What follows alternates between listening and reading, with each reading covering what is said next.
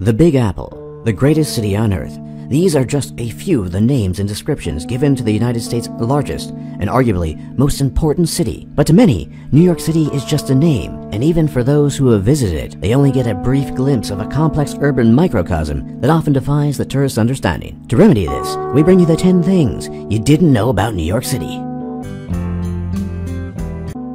The original New York was no York at all, but in Amsterdam, specifically New Amsterdam. In the early 17th century, this Dutch settlement was located on the tip of the southern part of the island of Manhattan and was tiny by today's standards. It was originally acquired through a purchase that would be deemed cheap by any standard today, $24 in trinkets and other baubles, and even adjusted for inflation, it was still pretty cheap, as in today's money, it would come to just under $1,000. Later on, in the infamous Anglo-Dutch Wars, the English conquered the island and settlement and took it for their own, naming it after the Duke of York. However, a great deal of the older districts retained their original Dutch names, and remnants of the earlier Dutch presence can still be found throughout the city if you look hard enough. In contrast to many cities in the Old World, such as London or Paris, which were built haphazardly and without much planning for the future, New York was built up in a much more systematic manner. What is meant by this is that virtually all the streets and avenues, with a few exceptions, follow a formula of simple counting from 1 to 100 and beyond. This means that unlike in London, even as a tourist who is completely unfamiliar with New York City, it is very difficult to get lost because almost every street is numbered in a linear fashion, which does not require rote memorization and the degree of familiarity needed for other, much older cities.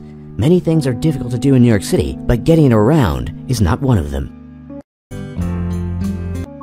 Although it might be surprising to hear, New York City has the largest Hungarian community in the world, outside of the capital city of Hungary, Budapest. With a certain area being referred to sometimes as Little Hungary, there are between 140 and 150,000 Hungarians in New York City, and most of them live in the district alluded to. Although there has been a Hungarian presence in New York City since the 19th century, the population grew exponentially after the failed Hungarian Revolution of 1956, with many Hungarians who had the means fleeing to New York City to escape Soviet oppression if they could. Since then, Hungarians have remained an indelible presence in Manhattan, with many restaurants, bakeries, churches, and other cultural testaments dotting the landscape of the city. New York City might be the last place most people think of when it comes to meeting Hungarians, but it's actually the second best place, just after Budapest.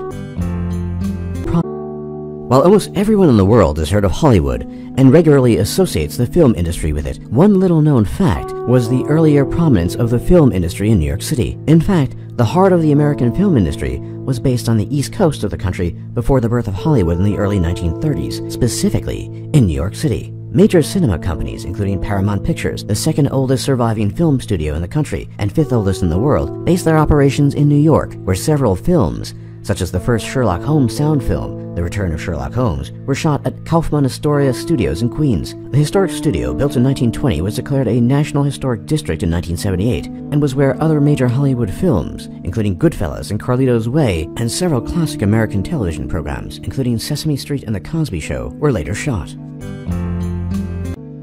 If there is anything someone coming to New York City must know, it is that nowhere else in the US, and possibly the world, is there the degree of variety in cuisine. If you have a craving for something, be it conventional, such as New York-style pizza, or something more exotic, such as authentic Ghanaian food, New York City will definitely have it, and this is what differentiates the city from everywhere else in the country, as you can literally fulfill your palate's desire on a whim by merely Googling the location of whatever cultural and ethnic cuisine you want, assuming you have the money. This great accessibility is, of course, a product of the ethnic melting pot that New York City has become over the years, where so many people from all over the world have come to settle down.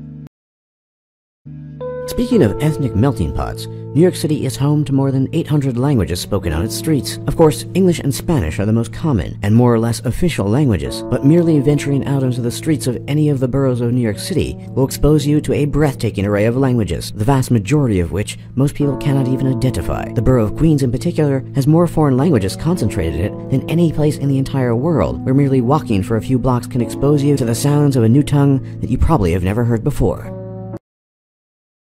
In March 1792, 24 of New York City's leading merchants met secretly at Coors Hotel to discuss ways to bring order to the securities business and to wrest it from their competitors, the auctioneers. 2 months later, on May 17, 1972, these merchants signed a document named the Buttonwood Agreement, named after their traditional meeting place, a buttonwood tree. The agreement called for the signers to trade securities only among themselves, to set trading fees, and to not participate in other auctions of securities. These 24 men had founded what was to become the New York Stock Exchange. The exchange would later be located at 11 Wall Street. This was the beginning of what would later become the financial capital, not just of the United States, but of the world.